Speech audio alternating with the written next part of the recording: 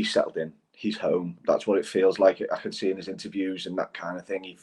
I think he now is a Tranmere player. And if I look back to last season, and I remember Doncaster away last season, I remember he played there. He had an absolute shocker. For me, I'm looking at him going, well, he looks pretty slow. He's a big lad, but was getting bullied a bit. And then you see a performance like yesterday. He's someone that you can build a team around, and a lot of Port Vale fans wax lyrical about him when he came across, and I totally see it now. Keeping him fit is going to be important for any period of success for Tranmere, whatever season it's in. I know he's signed up for next year, but for me, that one of the highlights of the game was that spinning turn, the pirouette that got Nigel all giddy in the press conference, and everyone in the ground, even Stockport fans, I think, were screaming at him to shoot, because it was just you kind of saw things in another dimension. Players were just moved away from him as he effortlessly gliding away with the ball. Unreal. But yeah, you could definitely see the difference. Now, I'm not necessarily that critical of Rhys McAleer on his performance on Tuesday. He came off and we conceded 2 goals to lose 3-2. I don't think Rhys was ever up to massively speed on the game, but I think a lot of the men around him were exactly the same. Is that coincidence? Possibly. Is it because they didn't feel as confident as when Big Brad was in there next to him? Maybe.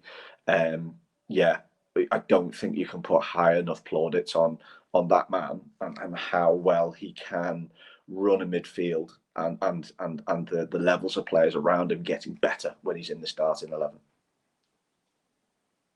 Well, the stats speak for themselves. 2 wins in 11 games when Brad Walker hasn't started for Tranmere this season. 10 wins in 22 when he has. I mean, that is a ridiculous margin of difference for one player. And the stats, to be fair, are fairly similar for Rob Apter, who is just as important. But I've been critical of this midfield many times on this podcast, but Brad Walker makes the difference. And if he is there, Tranmere, the stats show, have a significantly better chance of winning than when he is not. Yep. You know how stats can be cut in many different ways. We've spoke before about the inefficiencies of possession stats and XG and stuff like that, which don't really matter anything. But when you hear a stat about how many points are won with a man in the team, that's definitely worth listening to.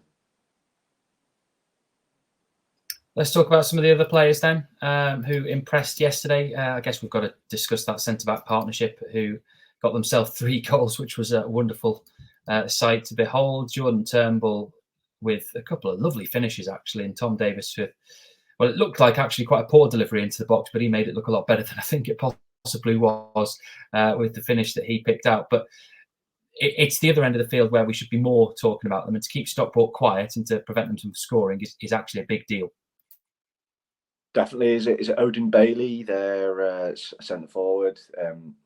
And this is where I'll probably arc back to Tuesday without being negative about Tuesday.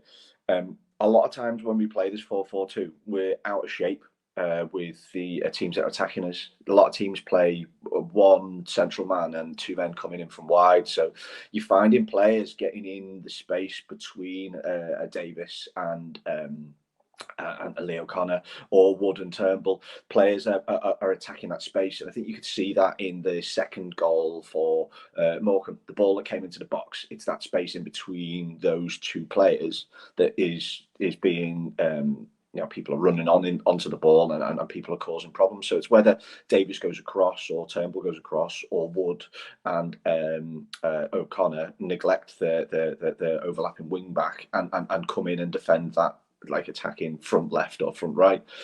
And I think a lot of the game that comes down to marking someone out of the game like that is with communication.